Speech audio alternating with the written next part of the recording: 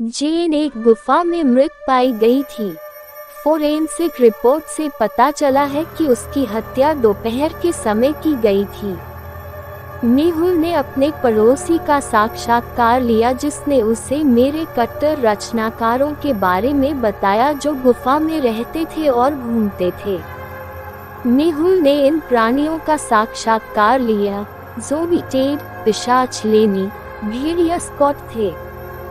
ज़ोबी Ted, मैं स्थानीय cafe में दोपहर का भोजन कर रहा था। उनका तला हुआ दिमाग बहुत अच्छा है। वैम्पायर लेंसी, रात भर बाहर रहने के बाद मैं अपने ताबूत में सो रहा था। वेयरवुल्फ स्कूटर, मैं रात में गुफा में रह रहा था क्योंकि सुबह मैं एक भेड़िया बन गया और मैं वापस इंसानों में बदल गया और घर चला गया। इनमें से किस जीव ने जेन को मार डाला? एक पिशाच एक गुफा में फंस गया था। वहाँ 3 दरवाजे थे जिनसे वह बच सकता था। पहले दरवाजे के अंदर मोशन सेंसर है। थोड़ी सी भी हलचल से सेंसर चालू हो जाएंगे और आग उत्पन्न होगी जो पिशाच को मार डालेगी। दूसरे दरवाजे में ध्वनि सेंसर लगे हैं। हल्की सी ध्वनि से सेंसर चालू हो जाएगा और आग उत्पन्न होगी जो पिशाच को मार डालेगी। तीसरे दरवाजे में तापमान सेंसर है। तापमान में थोड़ी सी भी वृद्धि से सेंसर चालू हो जाएंगे और आग उत्पन्न होगी जो पिशाच को मार डालेगी। पिशाच को गुफा से भागने के लिए कौन सा दरवाजा चुनना चाहिए? पिशाच ठंडे खून वाले होते हैं। वे तापमान सेंसर चालू नहीं करते और आसानी से गुफा से भाग जाते हैं।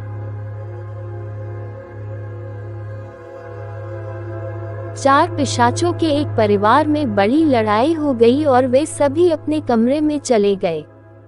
उनके कुछ देर बाद सबसे बुजुर्ग पिशाच ने शिकायत की कि किसी ने उसका खून चुरा लिया है। अन्य सभी पिशाचों ने खून चुराने से इनकार किया। इसलिए सबसे पुराने पिशाच को निष्क्रिय मेहुल कहा जाता है। पत्नी ने कहा, मैं बाथरूम में अपने दांत साफ कर रही थी। भाई ने कहा, मैं ताबूत में सो रहा था। बेटा, मैं वीडियो गेम खेल रहा था। क्या आप अनुमान लगा सकते हैं कि खून किसने चुराया? भाई ने कहा कि वह ताबूत में सो रहा था, लेकिन उसने जिस ताबूत की ओर इशारा किया वह एक छोटा ताबूत था। वह उसमें नहीं समा पाएगा। उसने खून चुरा लिया। ड्रैकुला ड्रेक ने अपने घर पर डकैती की रिपोर्ट की। सिल्वी का सब कुछ चोरी हो गया। जासूस मेहुल मामले की जांच करने के लिए आता है।